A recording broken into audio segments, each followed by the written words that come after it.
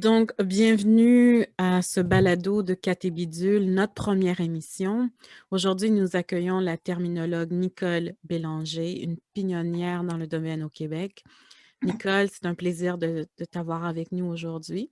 Je suis avec David Da Silva Mendes, mon partenaire. Et Nicole, pourrais-tu nous parler un peu de tes débuts dans ta carrière de terminologue? Ah, avec plaisir. Ce sont de bons souvenirs.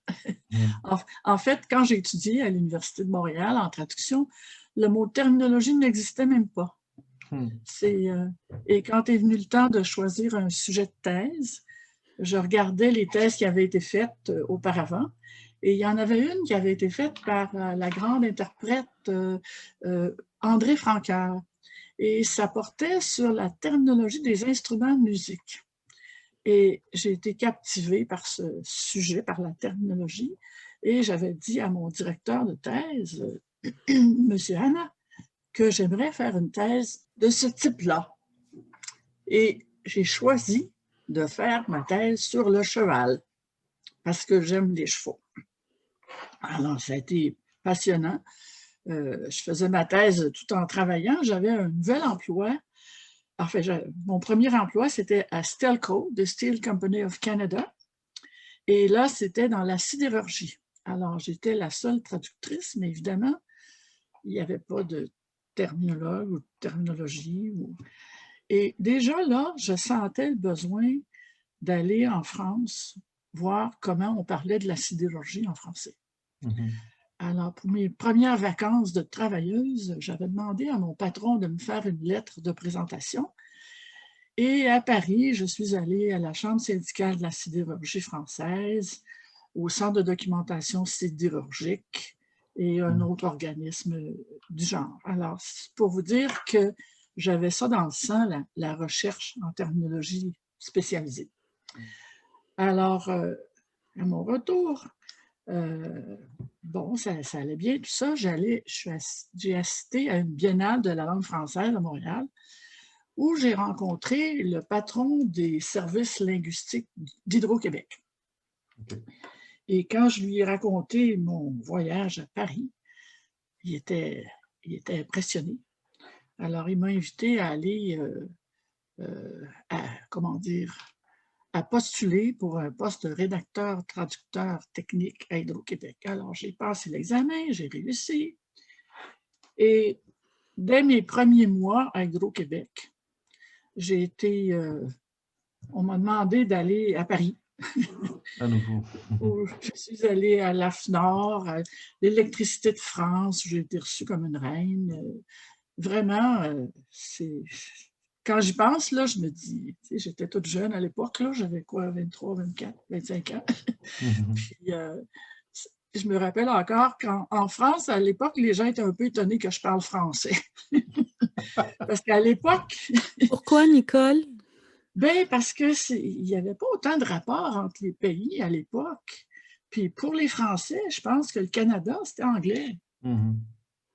En tout cas, j'ai eu des commentaires de ce genre. On a été étonnés que je parle français. Alors, Juste une question, Nicole. Ça, c'était oui, après le doctorat, hein? moi, je n'ai pas fait le doctorat. Non, la J'ai- thèse non, j'ai fait une thèse. À l'époque, on appelait ça une thèse pour la maîtrise. maîtrise, pour la maîtrise. Oui, La oui, OK, maîtrise en parfait. traduction. Mais j'ai quand même fait mes études de doctorat en linguistique par la suite. OK, Mais je n'ai pas fait la thèse de en soi. doctorat parce que je travaillais à temps plein pour Hydro-Québec, puis je n'avais comme pas le temps de faire la thèse. Donc ma question est la suivante, parce qu'on parle de l'électricité, on parle de la sidérurgie et pour moi, si on remonte à cette époque, ça m'a l'air que c'est des domaines très dominés par l'homme, tu sais, au masculin. Oui. C'était quoi votre expérience de venir avec une maîtrise, venir du Québec? Mhm. Parce que vous avez dit que vous avez été accueilli comme une reine. Oui. J'imagine que parce que vous faisiez quelque chose de nouveau, et bon, pour le Québec, on parle d'Hydro-Québec en particulier, c'était quelque Mhm. chose de tout nouveau. Euh, je suis juste curieux de comment c'était faire cette expérience d'aller en France dans des domaines potentiellement dominés par les hommes et d'aller dire bon, je vais leur parler, je vais essayer d'apprendre comment eux, ils ont fait. Comment ça s'est passé, ce côté-là? Ben, en fait, j'étais tout à fait à l'aise là-dedans, moi. Je Mhm. n'ai pas senti que j'étais une femme, que j'étais différente, que Mhm. j'ai été accueillie. Il faut dire que entre Hydro-Québec et Électricité de France, il y avait de bons liens. OK, Ouais. Alors, je suis pas arrivée là comme, comment dire, comme une inconnue. OK. Il y avait des ingénieurs là, qui avaient des liens avec le chef le directeur de la recherche sur les travaux sous tension là, à Mulhouse. Puis j'ai même été reçue chez eux à souper chez le directeur. Puis j'étais reçue comme une amie, en fait. Non, mais Alors, c'est Est-ce que génial. tu c'est sentais quand super même il y avait sympathique. des tensions au niveau, tu sais, genre par rapport aux femmes? Parce qu'on sait que je ne vais pas parler mal des Français, mais à cette époque-là, il y avait un certain conservatisme, etc., sur le rôle des femmes dans la société. Et comme tu étais une femme de ton époque, est-ce qu'il y a des choses qui t'ont quand même marqué, qui t'ont frappé? Oh, je voyais un certain étonnement. Par exemple, à à l'AFNOR, je pense, l'Association française de normalisation. Mhm. Un certain étonnement, mais pas plus que ça. C'est comme le, le Centre de documentation sidérurgique ou la Chambre syndicale de la sidérurgie. J'avais ma lettre de présentation, puis en fait, ils étaient tout simplement étonnés. Mais ils m'accueillaient. Mais Très j'ai bien. pas senti de, comment dire, comment dire, de mauvais. J'ai pas eu de sensation désagréable ou Très bien. Est-ce, est-ce d'être que tu, accueilli comme quelqu'un qui a pas d'affaires là, là. Pas du tout, pas du est-ce tout. que tu penses que c'était parce que tu étais la première? Peut-être, Mhm. peut-être. J'étais comme un oiseau rare, Très c'est bien. ça. Et donc, revenu de France avec votre bagage, votre bagage tout frais, euh, Mhm, comment ça s'est passé après? Et ce qu'on aimerait un peu voir, c'est aussi qu'est-ce qui s'est passé dans les années qui ont suivi, parce que maintenant, le domaine s'est développé, il y a beaucoup plus de sociétés qui ont des terminologues. Euh, mhm. donc, on aimerait savoir un petit peu, après votre retour, qu'est-ce qui s'est passé, disons, dans les prochains mois, les prochaines années, et après avoir un peu un aperçu du développement jusqu'aujourd'hui. Oui. Ben, à Hydro-Québec, j'ai été 10 ans. OK? Et à ce moment-là, c'est moi qui ai établi là, comment dire, qui a parti la fonction terminologie. Puis, alors, mais quand est venu le temps de nommer un chef de la terminologie, ha ha ha, c'est pas moi qui l'ai eu. Ah, Ouais. Donc, est-ce C'est qu'on peut quelqu'un dire, d'autre pardon, qui, vas-y. c'est quelqu'un d'autre qui avait beaucoup plus d'ancienneté que moi, mhm. mais qui connaissait pas grand-chose à la terminologie. Et moi, j'aurais été là pour faire le travail pour elle, je sais pas trop. En tout cas, à ce moment-là, moi, je voulais partir. Je suis partie d'Hydro-Québec, malheureusement. Là. Mais comme je connaissais le patron chez Canadien National, euh, parce que lui, il avait des liens avec l'Office de la langue française, puis il était venu faire une visite à Hydro-Québec Mhm. pour voir ce qui se passait en terminologie dans les entreprises. Puis c'est moi qui l'avais eu pour parler de la terminologie, ce monsieur Faneuf. Alors, il se souvenait de moi. Puis là, j'ai fait des démarches pour trouver un poste ailleurs et on a su que je cherchais et on m'a appelé. Le Canadien national m'a appelé. Et je suis allée faire une entrevue, puis ben, j'ai eu le poste de terminologue en chef CN Air Canada. Parce qu'à OK. l'époque, les deux entreprises étaient liées. J'ai une petite Alors, j'ai question eu. pour toi, Nicole. Peux-tu nous situer un peu dans le temps et nous Oui. dresser vraiment un bref portrait de la traduction et de la terminologie, l'industrie langagière à cette époque-là? Est-ce que c'était principalement des femmes ou c'était vraiment un mélange? Très rapide. J'avais surtout des femmes, je dirais. OK, Mhm. d'accord. Oui, Et ça, c'était oui. dans les années... Ben, moi, je suis entrée au CN en 77 Mhm. et j'ai été là 15 ans. D'accord. OK. Mais j'ai été terminologue en chef pendant 8 ans. Et là, le directeur a pris sa retraite et moi, j'étais sur la shortlist, comme on dit en français, pour prendre le poste du directeur. OK. Et j'ai obtenu ce poste-là. Alors, je suis devenue directrice du service linguistique CN Air Canada. OK. Pendant les autres 7 ans. Oui, oui, oui. Et mais entre-temps, j'avais quand même recruté 6 ou 7 terminologues CN et 6 ou 7 terminologues Air Canada. Hein. Puis on OK. publiait. Hein. Il y a plein de beaux lexiques là, qui existent. Là. Qui se trouvent J'espère toujours d'ailleurs. faire une exposition quelque part là, Où sont-ils archivés, ces lexiques? dans mon sous-sol. C'est vrai? Vous Wow. inviterez après la pandémie. D'accord, d'accord. Donc, on ne peut plus les obtenir maintenant. Ils sont pas. Ben, j'imagine que ça doit être. J'avoue que je ne me suis pas posé la question là, dernièrement, là, mais je sais que l'Office de langue française, si vous allez sur le site GDT, c'est fabuleux tous les lexiques qu'il y a là. OK.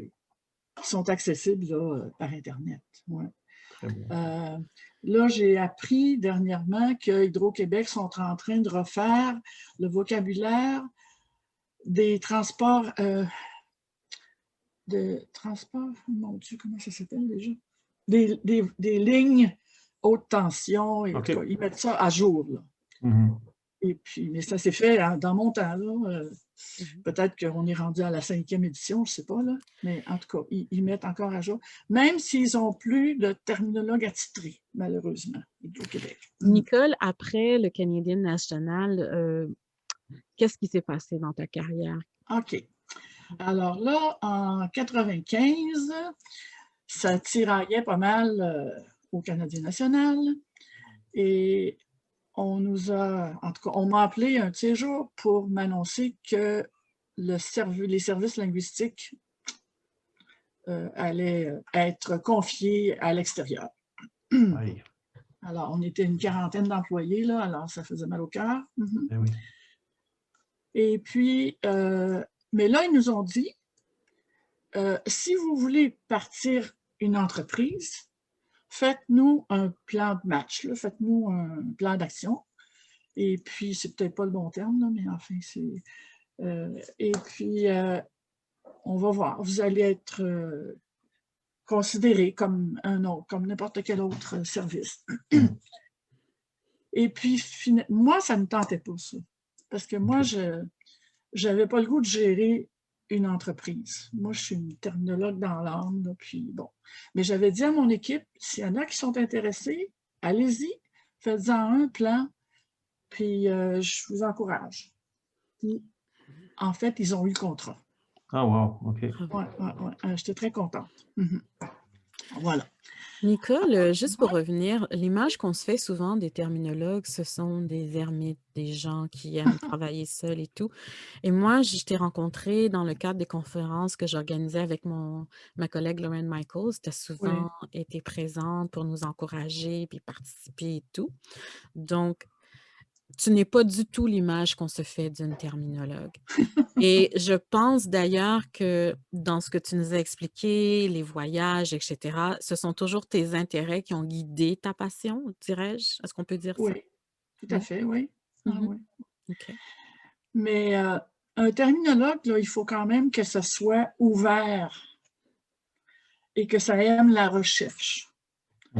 Et que ça n'hésite pas à appeler des spécialistes dans un domaine, dans un autre, parce que, en fait, on est appelé à répondre aux questions de terminologie qui se posent aujourd'hui, là, et puis qui ne sont pas dans les dictionnaires ou qui ne sont pas.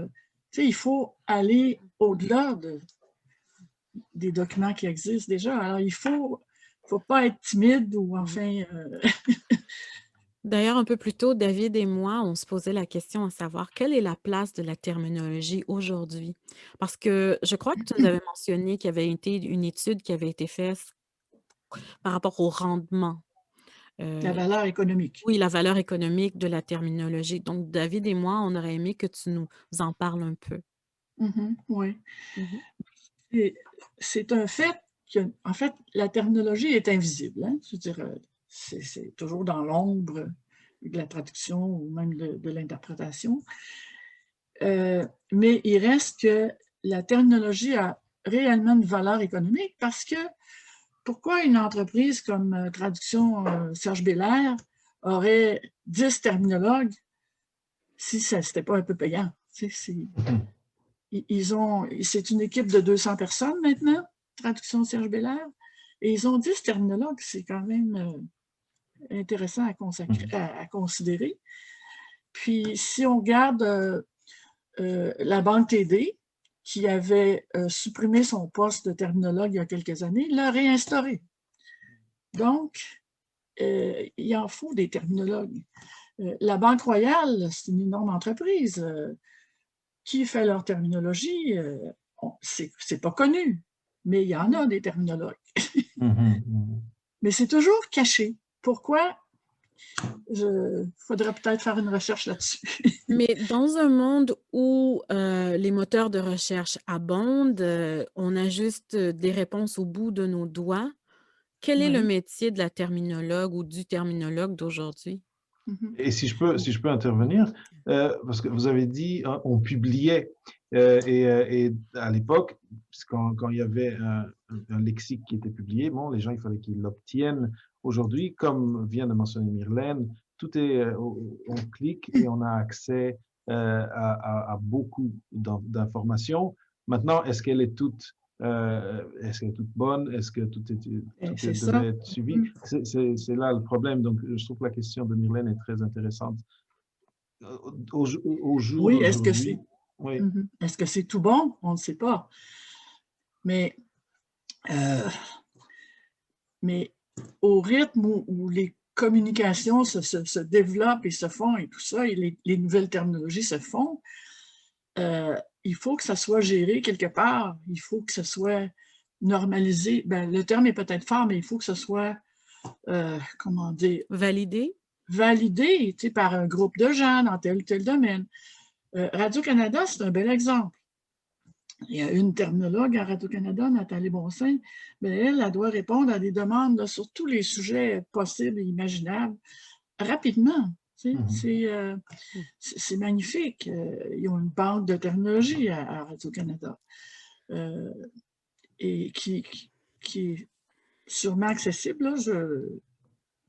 Je n'ose pas trop m'avancer, mais On va rechercher ça et si oui, si elle oui, existe, on ben la oui. mettra dans les notes d'épisode, certainement. Parce Si je que s'il y en a une qui est au courant des nouvelles terminologies, ben, c'est Nathalie Bonsin. Puis même dans le domaine autochtone, hein, je veux dire, ils ont tout un volet là, de terminologie autochtone. Ça, c'est un autre domaine qui est en développement. Et c'est pas n'importe qui peut faire Et ça. Là. si je peux me permettre de prêcher pour ma paroisse, c'est-à-dire pour les interprètes de conférences, Oui, quand vous avez débuté, vous avez parlé d'une interprète qui vous a inspiré à vous lancer oui. dans le domaine, mais les interprètes, tous les jours, on fait de la terminologie. On doit créer des lexiques, des glossaires pour Ah oui? parer à toute éventualité, bien sûr, lors des D'accord. conférences, parce qu'on ne peut pas tout savoir sur un sujet. Donc, quand on fait nos recherches, notre préparation, il y a bien sûr des lexiques et des glossaires à créer. On peut faire des bitextes également. Donc, oui, la terminologie est bien vivante, du moins en interprétation. Mais où vous allez la chercher? Et, premièrement, sur le site du gouvernement du Canada, c'est très facile Ah, de faire des bitextes parce qu'ils sont ouais. bilingues et tout est parfaitement aligné. Ensuite, ça demande, il y a bien sûr les organes de l'ONU, l'OMS, etc., l'OTAN. Ils ont déjà des lexiques préétablis, mais la terminologie est plutôt européenne. Ensuite, on a Termium. Il y a également des lexiques qu'on peut trouver là, mais souvent, ce qui est beaucoup plus utile, c'est de les créer nous-mêmes, c'est-à-dire en faisant de la recherche sur Internet, parce que bien souvent, c'est ce qu'on trouve, et on essaie de valider, bien sûr, ces informations le plus possible avec le GDT ou avec des dictionnaires, comment dire, fiables. Oui, oui. Mhm. Mais vous avez des ressources fiables. Heureusement qu'il y en a. Oui, Oui, ben oui. heureusement. Mais autrefois, là, ça n'existait pas, ça. Mhm. Ça D'ailleurs, n'existe avant, les terminologues, pas les terminologues, pardon, les interprètes devaient s'enfermer dans une bibliothèque et parcourir des encyclopédies et tout faire à la oui, oui. main, là. Mhm, Donc, si mhm, ce n'était du travail des terminologues, le travail qu'on fait aujourd'hui serait beaucoup plus ardu. mhm. Ouais, Mhm. ouais, ouais. C'est assez, comment dire, difficile à comprendre, mais pourquoi on est si peu connus. Mhm. Ah, j'ai peut-être Mais, encore de l'ouvrage à faire. ouais, Mais oui. avec vous autres, j'en fais, là. C'est comme... Mais c'est ça, en fait, c'est là que je m'en allais. oui. Euh, je pense aux auditeurs, je pense aux gens qui écoutent en ce moment, et il y en a qui sont peut-être aux études en ce moment. Et puis là, je vais poser une question dont on n'a pas parlé. Est-ce que Mhm. vous êtes en contact avec des étudiants dans vos activités? Euh, est-ce que vous êtes un peu, c'est ça, vous savez un peu qu'est-ce qui se passe en ce moment dans les universités par rapport à la terminologie? J'essaye de garder le contact. Mais là, depuis 6 mois, c'est plus difficile. Oui, oui, Mais moi mon plaisir, c'est de faire des 5 à 7 ou des rencontres oui, de oui. jeunes terminologues ou de jeunes personnes intéressées à la terminologie. D'ailleurs, c'est comme ça que j'ai connu Myrlène dans Mhm. un 5 à 7 de ce genre-là. Mhm. Et puis, euh, il y a quelques jeunes terminologues avec lesquels je suis en contact. Puis, euh, en fait, quand j'ai été 15 ans responsable des stages en traduction et terminologie à l'Université de Montréal, là, OK. après toutes mes carrières en terminologie. Mhm. Et puis, je me rendais compte que sur une population d'étudiants en traduction, il y en a très peu de personnes qui ont le goût de la terminologie. OK. C'est à peu près 5%. Donc, c'est pas beaucoup, hein? Tu sais, sur une cohorte de, je sais pas moi, 30 personnes, ça en fait pas beaucoup Mhm. qui ont le goût de la termino. Mais ces gens-là, il faut les, comment dire, aller les chercher. Il faut aller leur montrer il y a des débouchés, qu'il y a de Est-ce l'espoir. est-ce que tu veux dire qu'il faut que la terminologie devienne sexy? Ah ben pourquoi pas? Peut-être que ça manque. Comment est-ce que Et- tu entrevois vas-y David, pardon. non, non, non. Moi, mon point, c'était, encore en pensant aux gens qui peuvent être aux études maintenant et en train de penser à des stages ou en tout cas ou Ouais. à quoi leur carrière va pouvoir ressembler. Mhm. Aujourd'hui, de votre expérience, à quoi ressemble un trajet de carrière d'un jeune étudiant qui sort des études et qui veut aller en terminologie? Mhm. Ben, il y en a un auquel je pense, là, qui, en sortant de l'université, s'est retrouvé chez Traduction Serge Bellard. Bon. Mhm. Et ben là, il faut que je fasse attention à ce que je dis. Il y a eu un poste d'ouvert à Air Canada il n'y a pas si longtemps. Et il y en a 2, 3 de mes étudiants que je connais là, qui ont postulé. Mais ça, c'était juste avant la pandémie. Oh my God, oui, OK. Et avec la pandémie, Il y a des gels partout. Oui, non, ouais, ça. c'est ça. Bon. Euh, Mais donc, mon point, c'est déjà quelles études faire, peut-être où, euh, où, où est-ce qu'il fait bon à devenir terminologue. Et ce que je comprends, et c'est là que j'allais, c'est qu'il y a une tendance aujourd'hui il y a une demande aujourd'hui qui se révèle ou qui revient pour des terminologues. Et je trouve que c'est important de dire ça aux jeunes mhm, à la relève qui peut être mhm, intéressée à ce domaine. ouais. Euh, En ce moment, là, l'Office de la langue française sont censés recevoir de l'argent là, des gouvernements. Là. Il paraît là, que le gouvernement Legault là, veut donner beaucoup d'argent pour la francisation. mhm, Enfin, bon, je ne sais pas si ça va donner lieu à des nouveaux postes de terminologues, mais c'est possible. mhm. C'est, euh, au bureau de la traduction du fédéral, il y a 20-25 terminologues ces temps-ci. Il y en a déjà eu 80. OK, wow. Oui, oui, oui. Mais il reste que il- le bureau de la traduction ne peut pas se permettre de ne pas avoir de terminologue. Je veux dire, ceux qui prennent leur retraite doivent être remplacés. Voilà. Ouais. Alors, mais En fait, le réseautage est tellement important. C'est dans Et tous les pourquoi, domaines. pourquoi penses-tu Puis, qu'il y a eu un désinvestissement en terminologie? pourquoi il y a un Un manque d'investissement. Pourquoi est-ce qu'on a réduit les effectifs? Ah, Pourquoi? ça, Tandis que c'est essentiel. ouais. Ça, je peux malheureusement pas répondre à ça. Je suis pas politicienne. Et C'est, comment entrevois-tu la relève?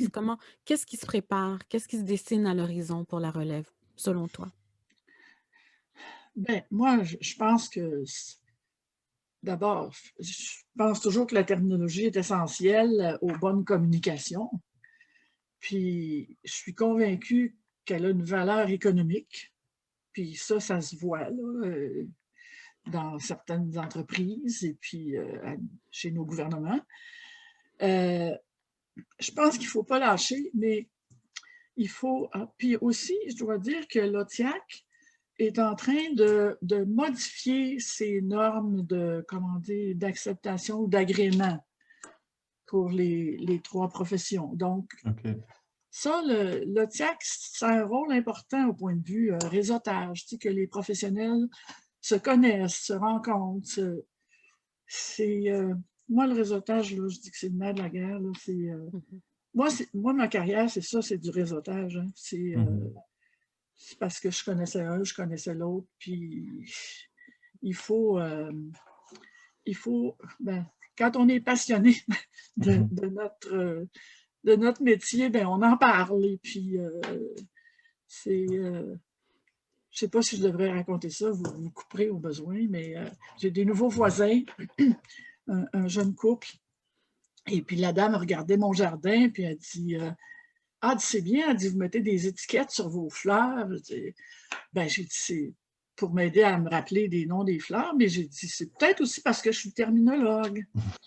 Elle me dit, ah, elle dit, vous êtes terminologue. Elle dit, ça, c'est rare, hein? J'ai dit, oui. Mais j'ai dit, vous connaissez ça, un terminologue? Ben, elle dit, mon mari a un grand ami terminologue. Incroyable, puis je le connais. C'est drôle. Alors, il faut jaser, hein? Oui. Donc, Alors, c'est les sûr que, terminologues sont des ambassadeurs. oui, je dirais. Oui, c'est un beau mot, ça. J'aime bien ça, oui, oui, oui, oui. Ah oui, Et à part le TIAC, ou peut-être peut-être commençons par le TIAC. Est-ce que oui. les jeunes peuvent avoir accès à la plateforme pour commencer à faire du réseautage, même s'ils n'ont pas encore fini leur diplôme? Oui, il y a le étudiant inscrit. Il y a un OK. statut d'étudiant inscrit.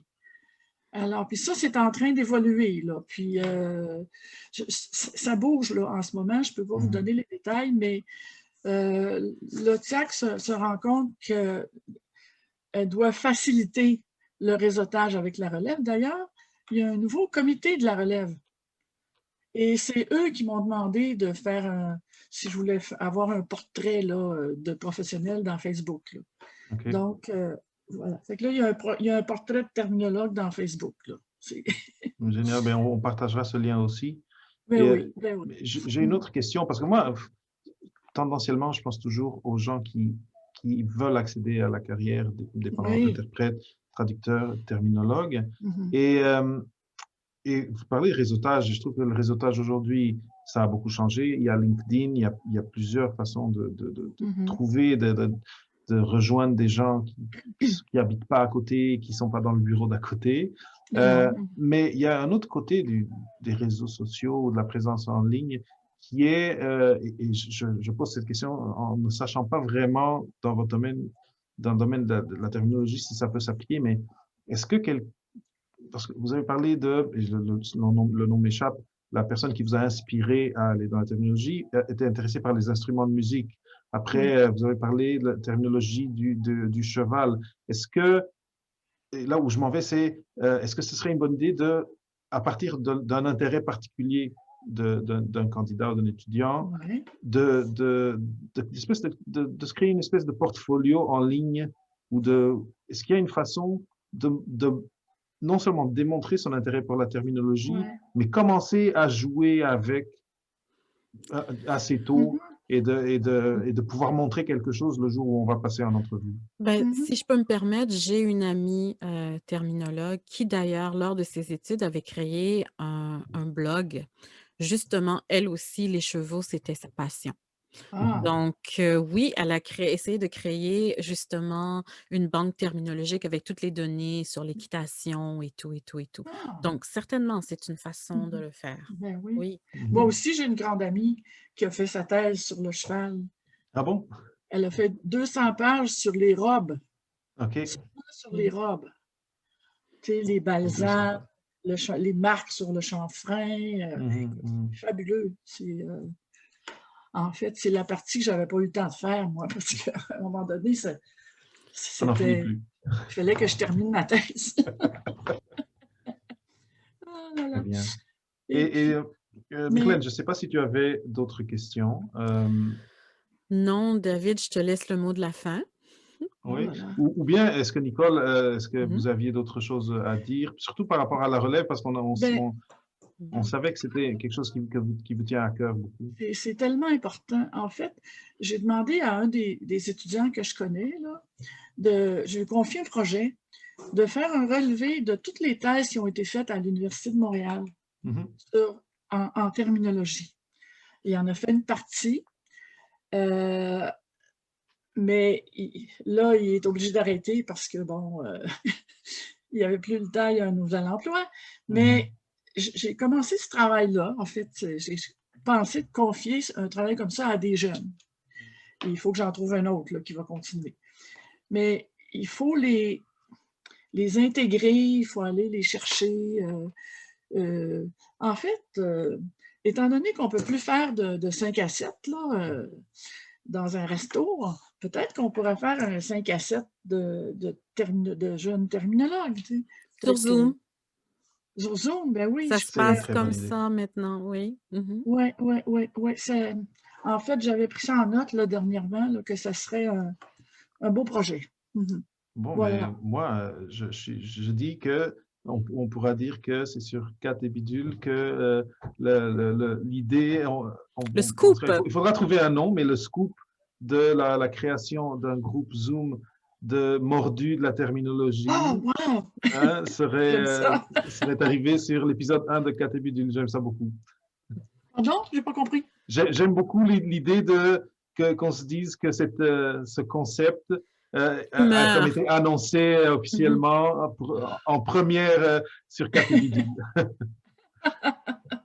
Bravo. Ah, mais par exemple, si, maintenant, ça on peut l'éditer et enlever, mais si vous vraiment vous organisez ça, ça nous fera plaisir d'inclure toutes les données, les coordonnées sur les notes d'épisode parce que je trouve que c'est intéressant que les gens puissent écouter l'épisode et après pouvoir dire, hey, et je vais maintenant pouvoir participer à un groupe de Oui. discussion à propos de cette passion que j'ai. Je Les trouve ça, mordus de la terminologie, j'aime bien ça, moi. ah, Bon, mais mais allez-y. David, Je vous l'offre. j'aimerais ajouter également qu'on va également publier des liens pour les étudiants en terminologie, comment s'inscrire à l'OTIAC, également le Ah, Oui. portrait de votre grande pionnière en tant que voilà. terminologue sur le site de l'OTIAC, la page Facebook de l'OTIAC en fait. Donc, Mhm. toutes ces informations seront à la disposition de nos auditeurs. Ça a été vraiment un plaisir, Nicole. Oui. Ah ben, c'est un plaisir partagé. Merci beaucoup, beaucoup de m'avoir invité. Merci à tous les deux. Merci, merci.